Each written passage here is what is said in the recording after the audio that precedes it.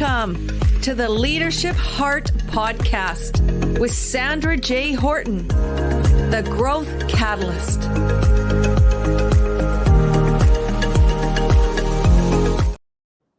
Well, hello, everyone. Happy July 4th, the 4th of July for all my beautiful U.S. friends and colleagues.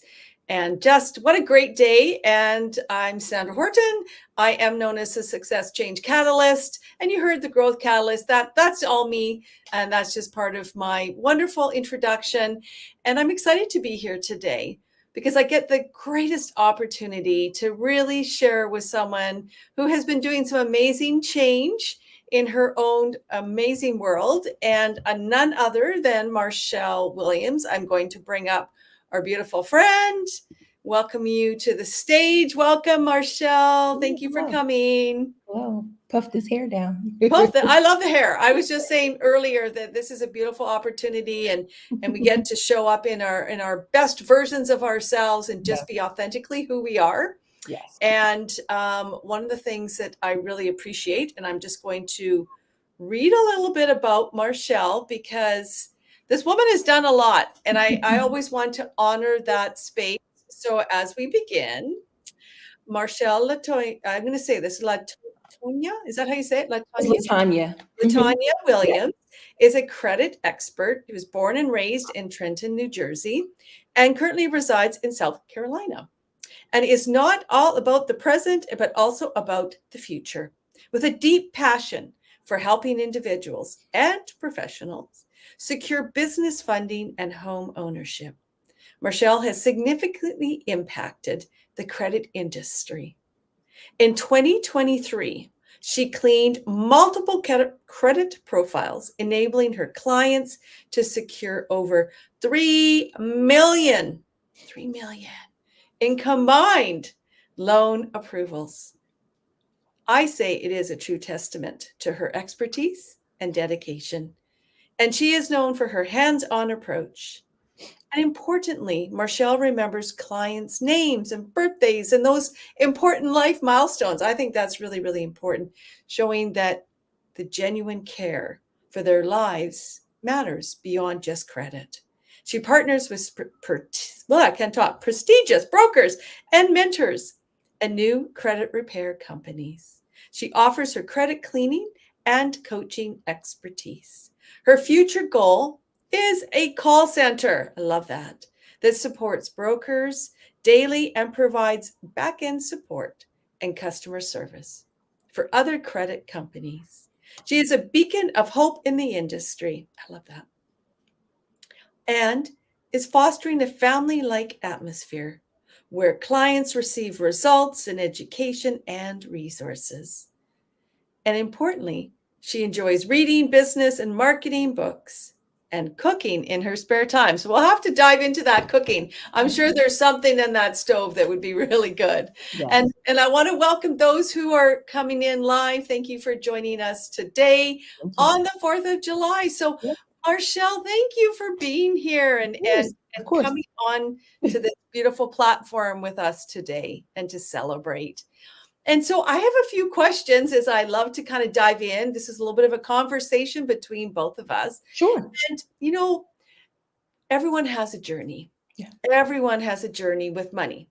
Yes. Everyone has a relationship with money. Yes. Some good, some really ugly, and some excellent.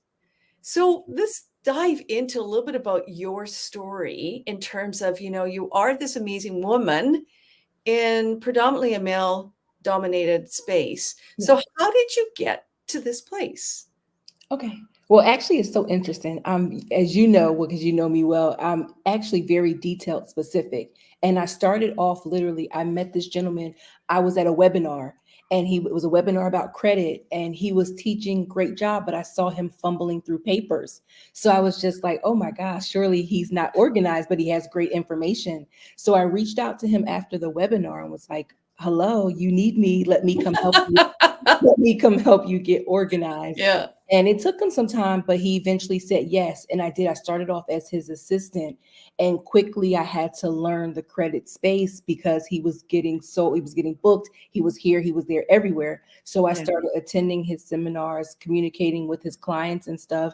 And it just grew from there. And I quickly turned into a salesperson for him. And it's just the rest has been history. And I love it. It's not even so much that, oh, I love credit so much. What I truly love is being able to get people the results that they came to me for.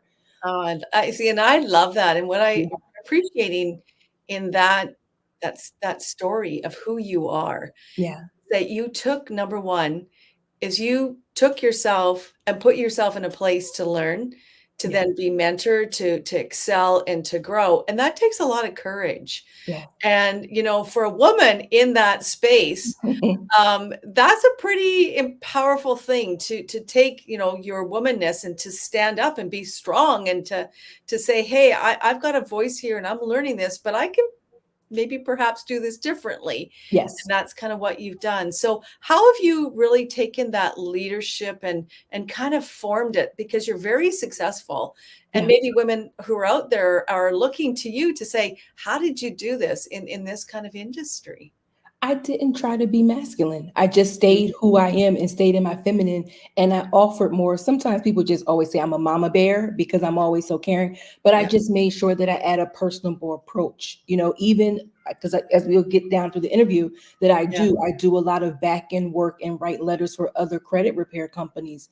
And what we always do is we make sure that we track and remember everyone's birthday. So even we can let other credit repair companies know, like, hey, today is Janine's birthday. So make sure you reach out to her and say happy birthday. So it's little touches like that that is also not saying that men can't do that, but that's just usually something that women are cognizant of. And that's just what does it. So we just Yeah. make sure that we create a family environment and create a family approach. I don't take myself too serious as a person, but I do take the results serious and I do take Oh, I love that. serious. I take that That serious. that is so powerful because, in life, and there's so much richness in life when we're in our work, right? We're working in our business, we're doing our things, we're connecting, but there Mhm. are times that we absolutely have to kind of pull back and just observe Yeah, and see what we're doing.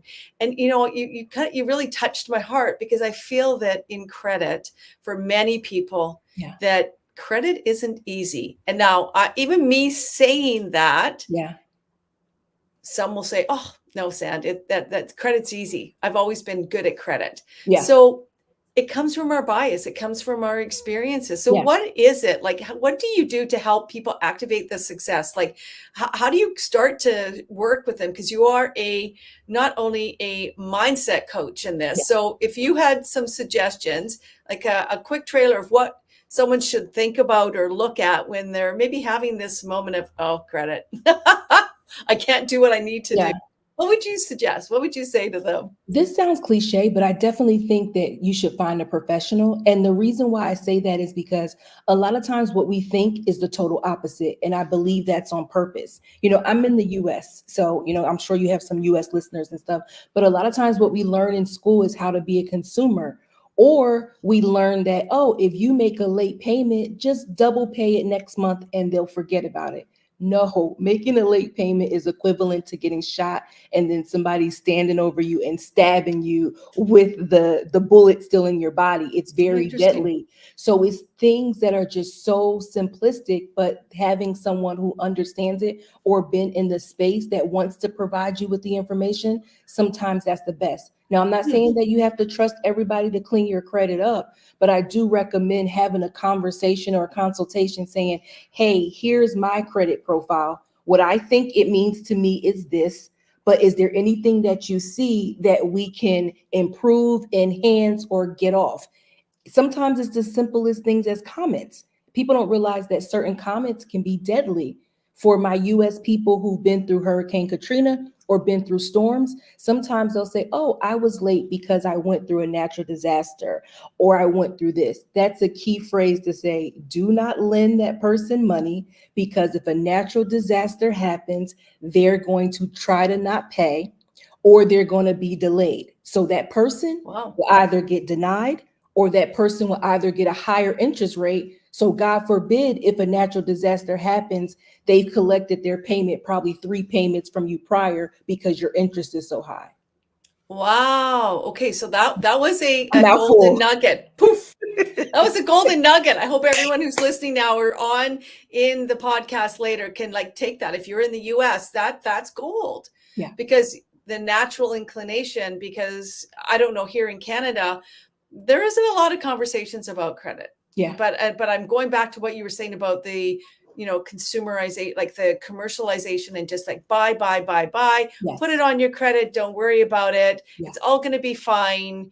It's not going to be fine. And so we have to really kind of lean in and break habits, right? We Yes. have to break some Yeah. habits of what we do. So this just kind of popped into my mind for those, like, what are some of the bad habits that people really should stop doing to help improve I themselves? definitely think that people do spend above their means, and I'm not judging because I mean you have to buy what's important for you.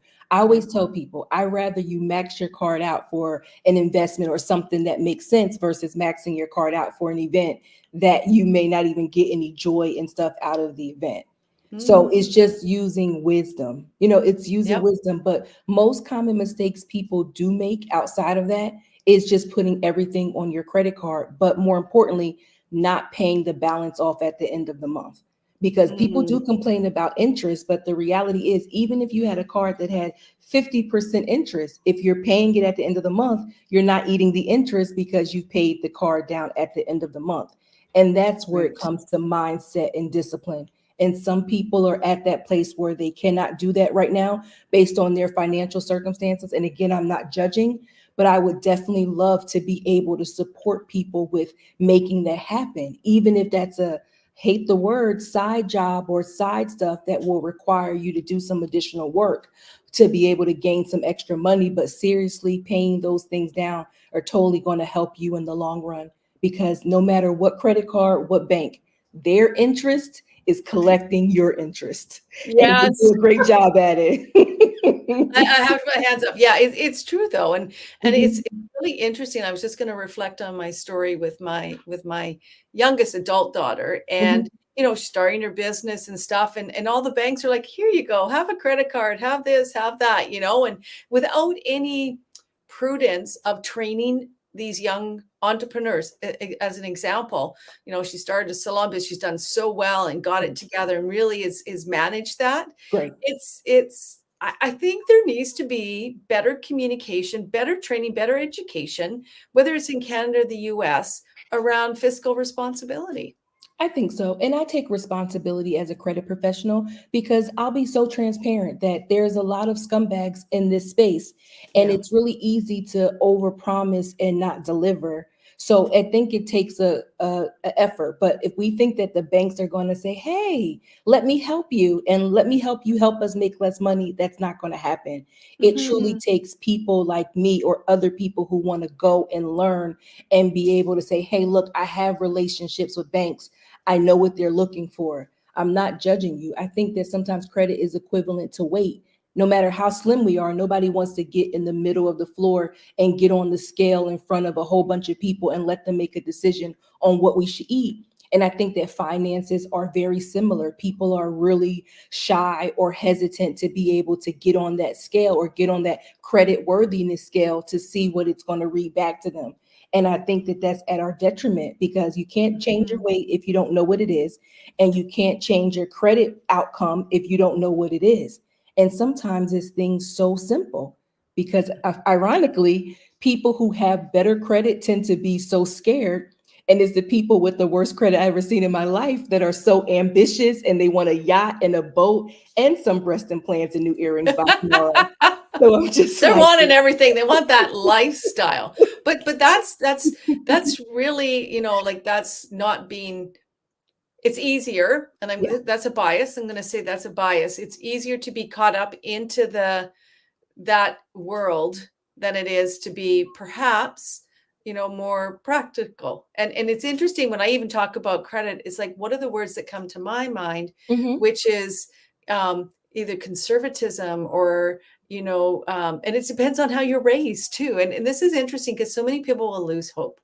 Yeah. And this think about, that you have so many different types of clients. I Hmm. was looking at your wonderful the work that you do, and you have so many different types of from real estate. Why don't you share, like, how have you helped people Oh, who've sure. lost hope Sure. in maybe two or three different areas that you do serve? Like, how do you help someone who's kind of lost hope, and maybe Sure. they've been this person and they've, wanted to live large, they wanted to 10x their income, and they've spread themselves so thin that they've realized, hey, guess what, my really reality right now is I've spent all this, I've racked up my credit, and I have nothing in return. I have no revenue coming in. Now what? Okay. So this is a double fold. Now I want to be so transparent that anybody who can hear my voice, I'm not judging what you want. People may want credit for, like I said, breast implants, and somebody may want it for a business. So Yeah. whatever you want it for, my only interest or goal is to make sure that you understand the ramifications, the payback, and you're able to meet those payments. So if you wanted $1 million just to have puppies and have them in your backyard, and you wanted to use credit to do that, by all means, do what you need to do for yourself. Who am I to Yeah. stand in your way from that? But if it's at a place to where you're over leveraged, then we're just going to pretty much have a true conversation about how do we get you unleveraged? What does that look like? What does that pay down look like? And that's what Mhm. those conversations are about. Now, my business, we're specifically niche. Now, have I helped people over all spectrums? Yeah. And sometimes I do take on special cases, meaning I typically only cater to real estate and business funding and helping other credit repair companies. But if I met someone and they were just like, please, absolutely help me. Please, Coming I to went west and I couldn't find somebody to help me get a new car yeah. or help me get new eyelashes for production or something like that. I really truly may make concessions for that person. But all seriousness, the reason for the house, like what got me into that real estate space or helping people become first time homeowners, because it's important. I'm not here Mhm. to pick what's better to rent or to own. That's totally up to the person. But if I encounter somebody who's tired of renting and they want to own, and there's something like a credit blemish or a few things that could be cleaned up to help them better qualify for a house, a mortgage, and to stay in it, that's fine. I always have this running joke. Anybody can get whatever they want, but the reality is, can you maintain it? So it more started off with my learning and how I was groomed into the credit space. It was more like a halfway house, get people in, get people out. Got it. And then I started to say, wait a minute, this is great. The money's great to get people in, to get people out.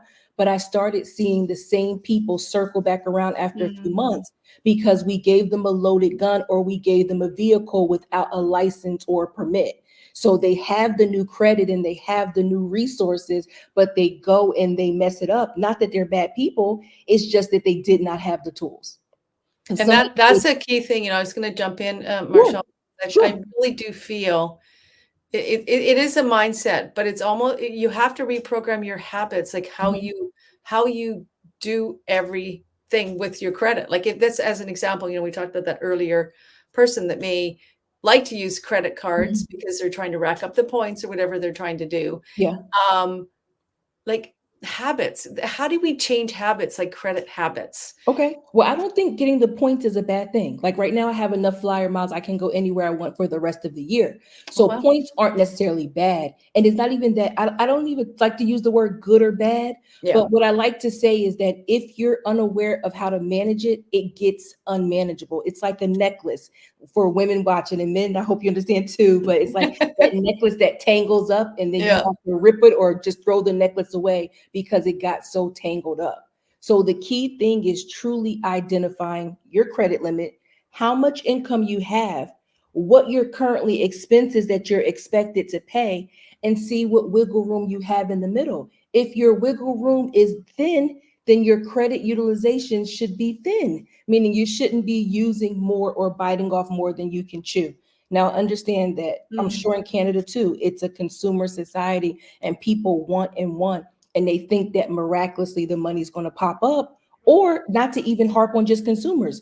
There's people who are business professionals and say, hey, I'm going to take a risk on myself. I'm going to order 70 units from China versus the normal 10 that I utilize. And Right. then if no sales come in, then you're still struggling to make those payments. So I rather someone say, okay, great, great, I'm happy you bought all this stuff. We do have a back order. We can take pre-sales, and then they can leverage that money that they receive from clients and go buy the other supplies from China and then get it sent back to do their business. Because this climate is just so funny. I'll be so Hmm. transparent. I'm used to sometimes making a buku of money per month, but I have to realize that when the economy is different and the economy slows down, that means that my brokers who refer clients slow down. That means that people are not truly as interested in getting their credit cleaned up. I'm not sure why, but does if it comes down to toilet paper and food, I'm sure you're going to pick that over your credit. That may take a while. So when those Hmm. slow down, or when those seasons slow down, being mentally and financially prepared to be able to say, okay, there's a shortage that possibly have. And of course, we're not speaking lack, because God can do all things and does all things. But if True. we're using just our brains, we're Yeah. seeing that if December is a slower time for me, why would I amp up my spending knowing that it can be a slower time for me? So So we it's really about this strategic understanding your calendar year, understanding the environmental factors that are impacting your business is what yeah, I'm hearing, that's and correct. being able to have that conversation with self or with a professional like yourself, Marshall, to say, Yeah, "Hey, you know what? This is kind of what you need to look at and be more aware of those spending habits." Now, one of the interesting things I remember way back when I had an electrical contracting company. And it was mhm, interesting because when you're in business, there are so many startup fees, there's so many things. Are there any, I guess, guidance, wisdom, unique challenges, I guess, that individuals may face that you could help kind of awaken, like, sure. help people understand, like, hey, if you're starting out your business, here's some warning signs that you need to start to kind of look at your credit, Yes. any barriers, like before it's too late. Yeah. Yeah. And now you have all these, as you say, the blemishes on your report. Yeah, I think the first thing to do, be excited, identify your business, but you definitely want to take a look at your credit. But also, equally important, you want to take a look at bank accounts, meaning previous. Sometimes we're in our 30s and 40s, and we had a bank account in our 20s that we totally let go. We totally didn't pay them back. There were different things. And it may not show on our credit report, but there is a check system. I always have this joke, I'm a jokester, that says, the Love it. banks, they have a group chat about you. So they know, they talk They about you, know, they good, know bad, or your ugly. backstory. They talk about you. They'll say, you know that Sharon, no offense to any Sharons in the chat, Yeah. you know Sharon applied for a loan over here at JP Morgan Chase today, and she blew off Bank of America, she blew off TD Bank, she blew off Canada Finance. I'm just making that bank Yeah. up. But Yeah. she blew those banks off, and it's just like she expects us to provide her with a loan. So truly being able to take a look at your credit report and not frowning about it, because the reality is when you look at it, you can fix it. It's better to look at it and fix it, or look at it Mhm. and have an explanation. Imagine going to the bank and you don't realize, and you're sitting there and you're so excited or gung ho Your face is because you like, see this no. score that looks cute, this score that looks attractive, and you think that that score is great. And you get there and the broker's like, oh, you were denied because, in 1999 you did this, and in 2001 you did this, in 2002. Mhm. There's a record. Now, I'm not opposed to helping people get things cleaned off. I will absolutely clean up. You could have a bankruptcy. You could have didn't pay Tom, Dick, Harry, Kevin, Marshall, whomever, and Yeah. we can still get you out of that. But I still want to provide the mindset that, guess what? You can't go back to that. You just cannot Mhm. go back. And especially as we go into an AI society, you could apply for a credit card and you're applying. They go, "Tch," they take a screenshot of you applying. So even if a credit repair company wanted to help you, Oh. they'll say, oh, certainly, Sharon, this is your account, because here's you in your bathrobe and your rollers applying Thursday at 12 o'clock in the morning. They will be able to Oh. see it. So that's why we want to get our mindsets in tune now, because when AI changes, those blemishes or those late payments that we used to can get somebody on the phone with and relate with them, Yeah. It's going to soon be gone. Is there a time where we can do that now? Yes, I do help people get late payments off, and I am strategic about that. And I do get on the phone and speak on the behalf of my client with my client on the phone. But guess what? I have to prepare that 2, 3 to 5 years. That won't be the case. There'll be nothing that I can say unless we have physical proof like this is late because you guys. But other than that, they're going to say, Hmm. we just have to report what we have. We have to tell the bureaus what we have. Wow. So question I have is, um, for that leader who's wanting to build their business or someone who wants to purchase, whatever it is, Sure. how do you know if you have blemishes or not? Like, is there a way? Because again, this is a myth buster. I want to myth Sure. bust for a minute. Sure. If you go and check yourself, or say, something goes to the credit, like Yeah. every time someone looks at your credit, does it give you like a deduction, or how does that work? Okay. So you're talking about two things. So you're talking about Okay. a credit inquiry. Yes. Okay. Anytime you apply for credit and you're saying, hi, I would like to be approved for X, Y, and Z, whether it's approved or denied, you get a credit inquiry. So you'll get a mark that's pretty much a mark with the company's name and the date. Got it. I've worked with people who had 800 scores, 815 credit. 850 is the best in the US. Okay. But Yep. 808, so they're very top tier. They're considered exceptional credit, and they still were denied. They still were denied franchise loans for having too many inquiries. Inquiries make you Okay. seem desperate. So when you do apply for stuff, you should apply for things strategic. I don't want to be one of those people that say, hey, you always have to seek an expert, because that's not the case for everything. But I think in Mm. this situation, you should. Even if you know how to change your oil, sometimes you just want somebody to get under there and get greasy and dirty for you. Do it Because you for just you. don't have the time and you can't hold the YouTube Yeah. stick and then still change your oil. Yeah. So just having that consultation and having somebody look at and say, hey, Bridget, you may not have seen it this way, but lenders look at it this way. We always hear people talk about credit, but we never hear what lenders want. We never hear that. It's true. That's So a good point. What do lenders look for? sure. Lenders are always looking for, especially post COVID, they're looking for people, one, that they have relationships with, meaning your direct Okay. deposit comes here.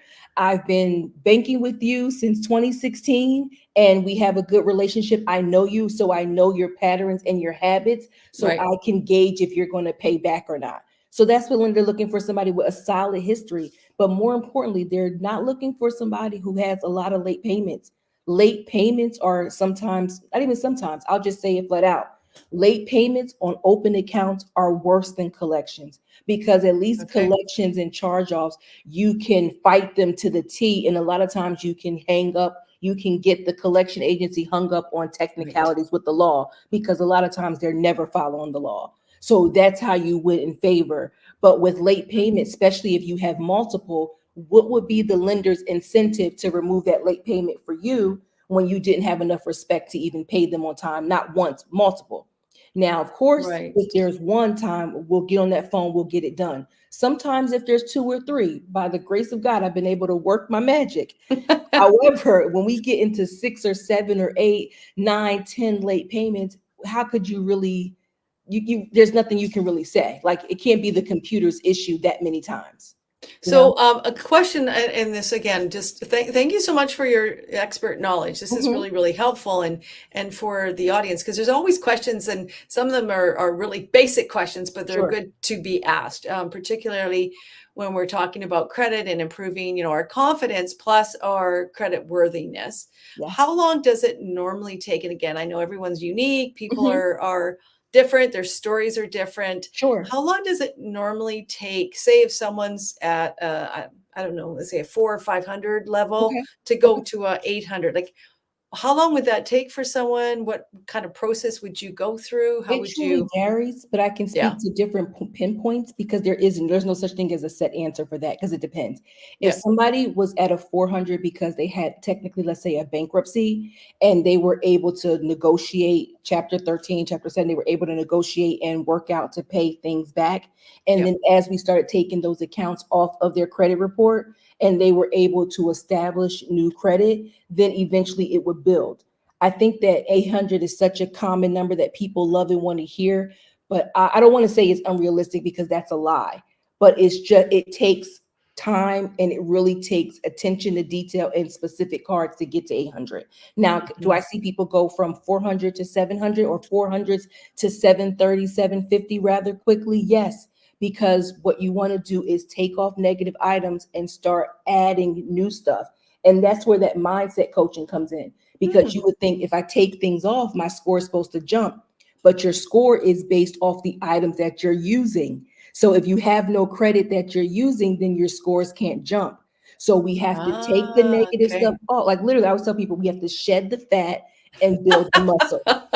So we're Shed the fat and build the muscle. yes. Okay. I Mhm. I love that. So Yes. can we dig into that a little bit? And Sure. thanks for making this really simple. I always appreciate your great ability to make it simple for those who are like, "Oh, what does this mean?" Sure. So would that be like using different credit cards for different things? Like what is that Sure. It you can just be a talked about? variety of things. I also like, because most people always talk about installment loans. I think mortgages are great to have on your credit profile.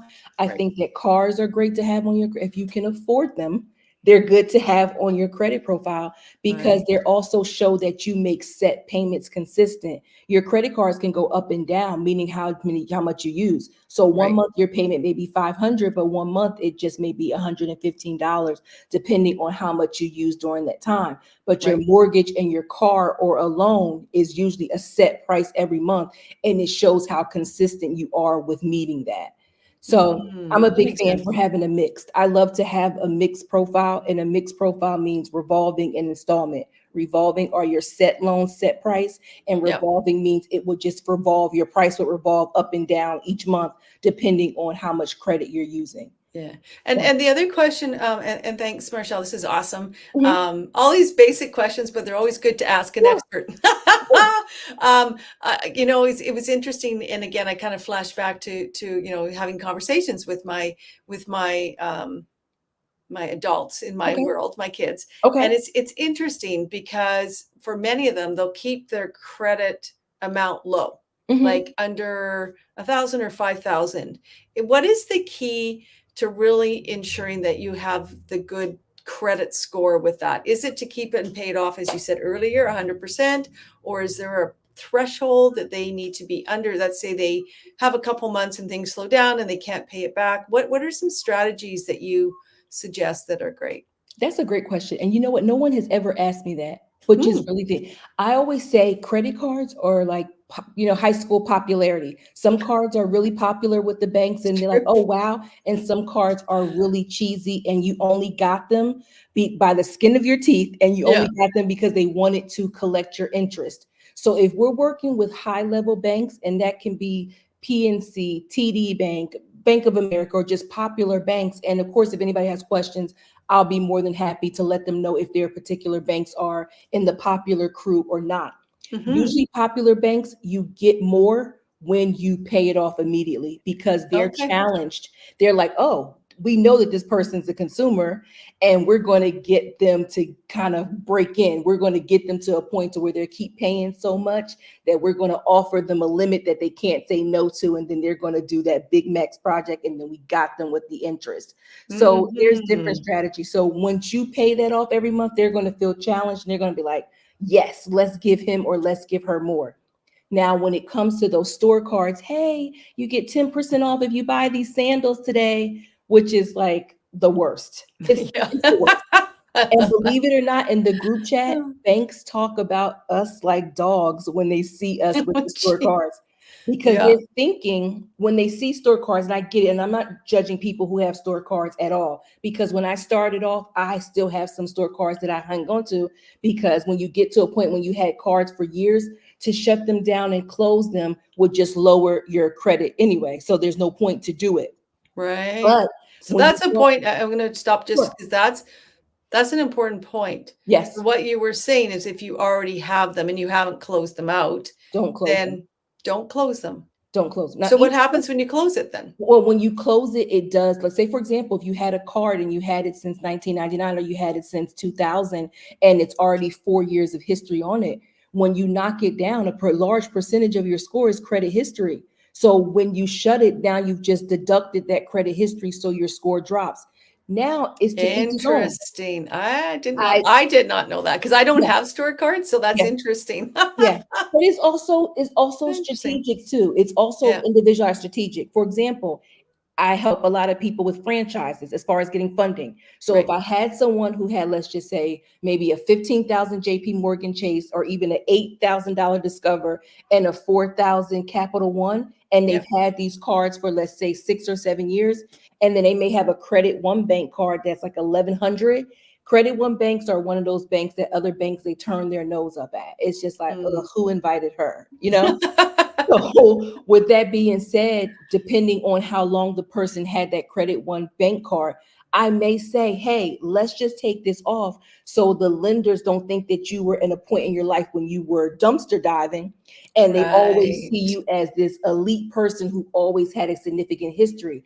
Yes, your scores may drop a little bit, but we can go to Discover or we can go to Capital One that you've been paying on time and ask them for a credit limit increase that will take over the price or the credit limit that you have for that Credit One bank card. So everything is Okay. strategic. There's no one size fit all. That's really interesting, and I had never really reflected on that.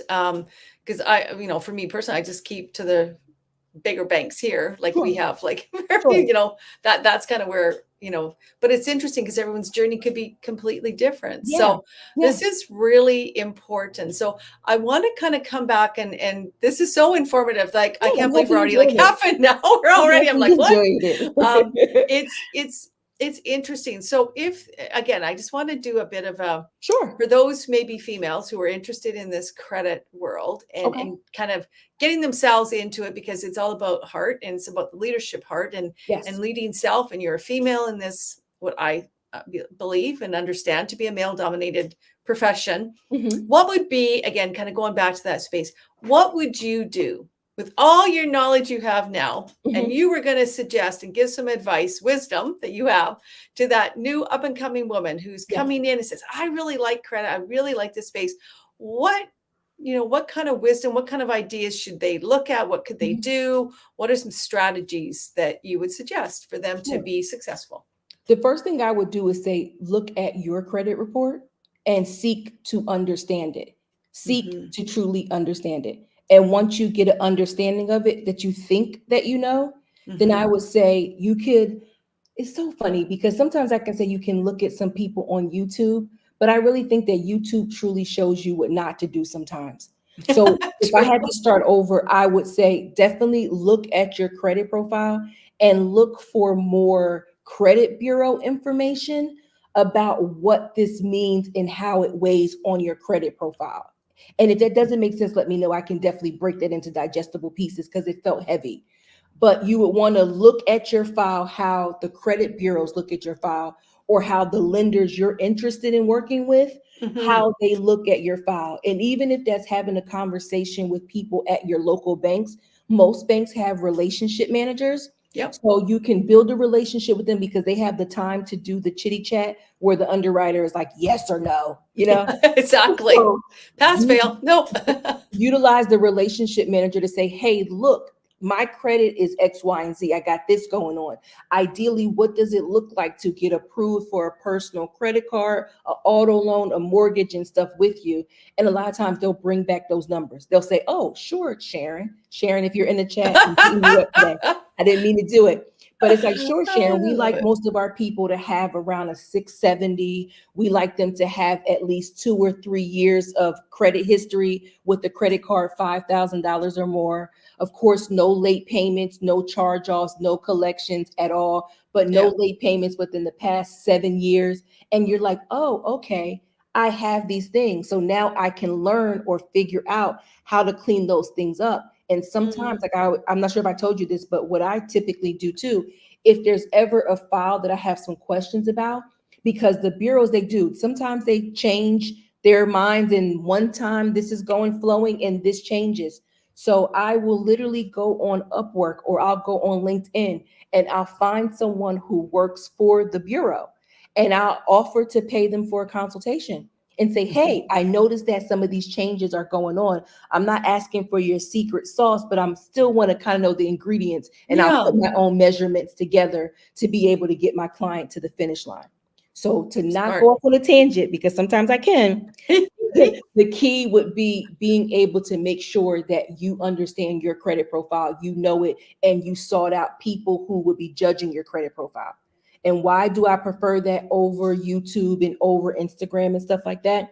Is because a lot of times people are saying things that are cool, cute, and cozy, and they're saying things that they downloaded from Chat GPT, and I really just Mm, felt convicted. So that means that I have to take some time to start really creating some content that can be able to give people some recommendations and hope and different things like that and some results. But a lot of times the credit industry has been so salacious. Anytime somebody tells you that you can have $100,000 with no effort or no anything, they're lying to you. And yeah. most people believe it and get wrapped into it. But as a new professional or a new person who wants to get into credit, after I understand my stuff, then I would take a look at a family member, then I would take a look at a friend. And if I had no family members or friends, that's when I would go to the internet and say, hey, I'm interested in learning credit. I've made these relationships. Here's what I've done for myself. If there's anybody interested in me doing their profile for free, I'm working on 2 or 3 people. Just DM me or just message me and we can work on X, Y, and Z. And Oh, this is so good. I yeah, so much knowledge. You have so much wisdom, and you have all really truly demonstrated how to do this well. yeah, And I just want to say thank you so much. There's just so much more I could ask, and you know, this whole space, especially for individuals who are wanting to go and start franchises yeah, and getting money. It's a whole endeavor. it It's is. not.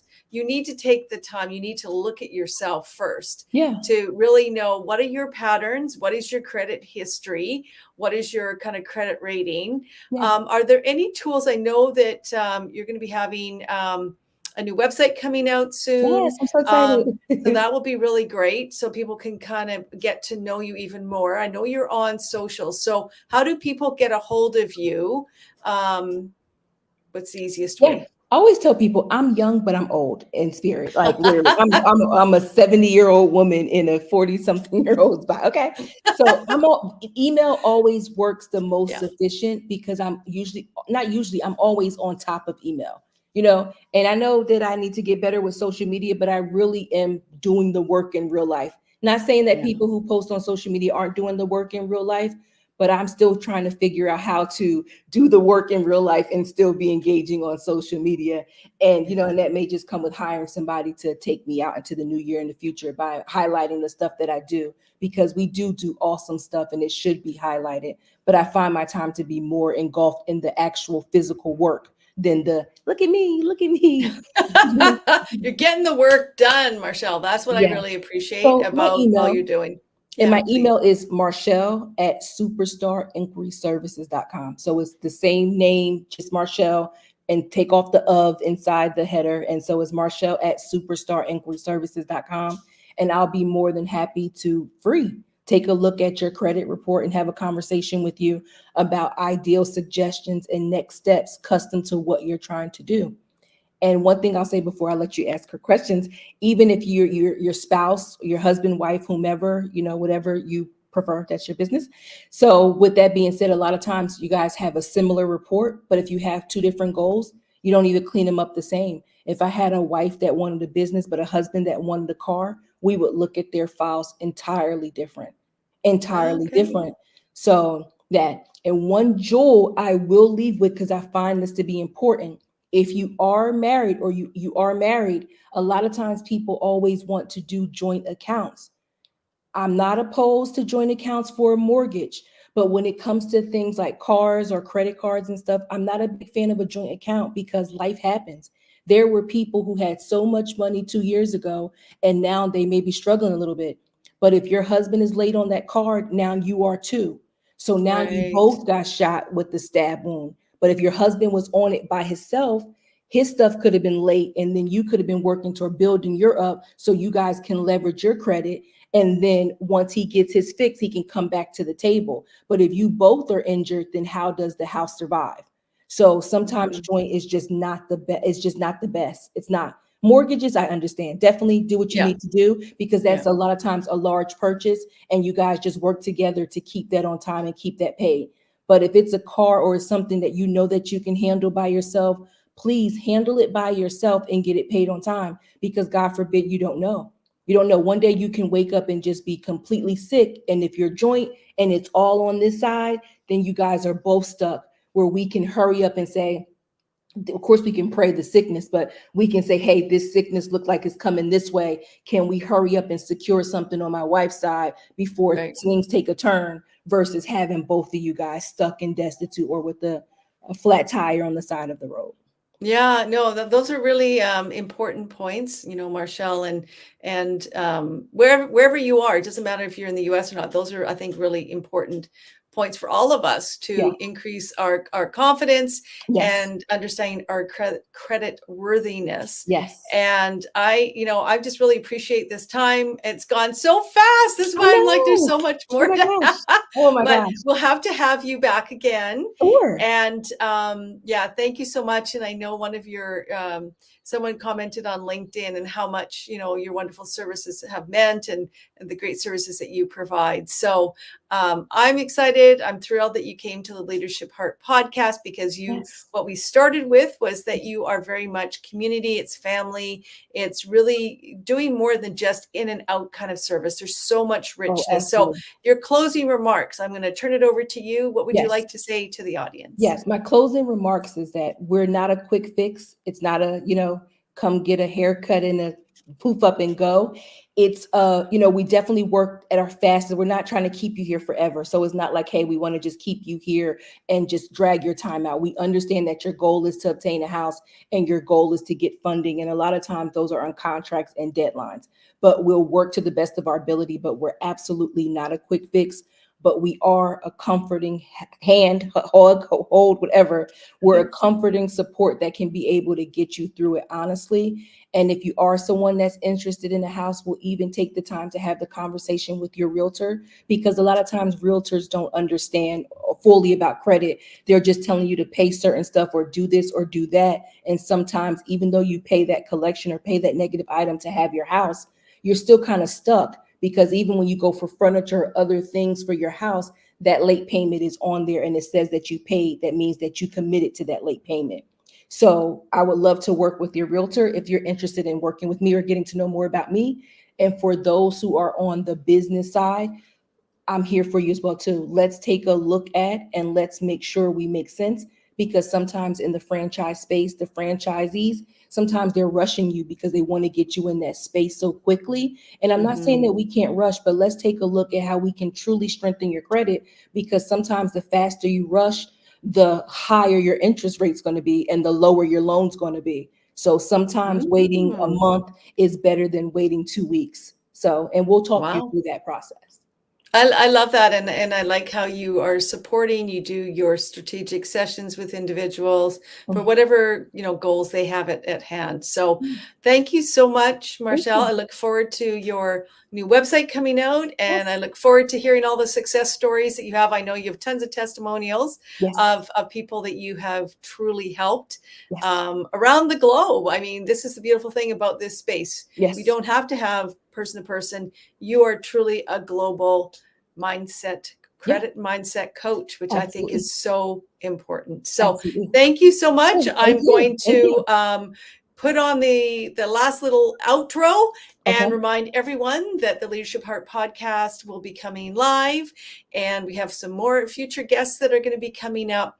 Always remind yourself, show up for yourself, and connect to your heart, to your mind, to that higher calling and consciousness, as we always say, because we have the opportunity today to inspire, to truly live everything and all things in our best way. Our best possible opportunities are here right now. And we've learned from Marshall today that don't let credit stop you. Yeah. You can. There's new solutions. There's new opportunities. With confidence, you can increase your credit worthiness. So I thank you so much. And I'm going to send us out, and I'll meet you on the other side after. Marshall, thank you. All right. Thank you so much.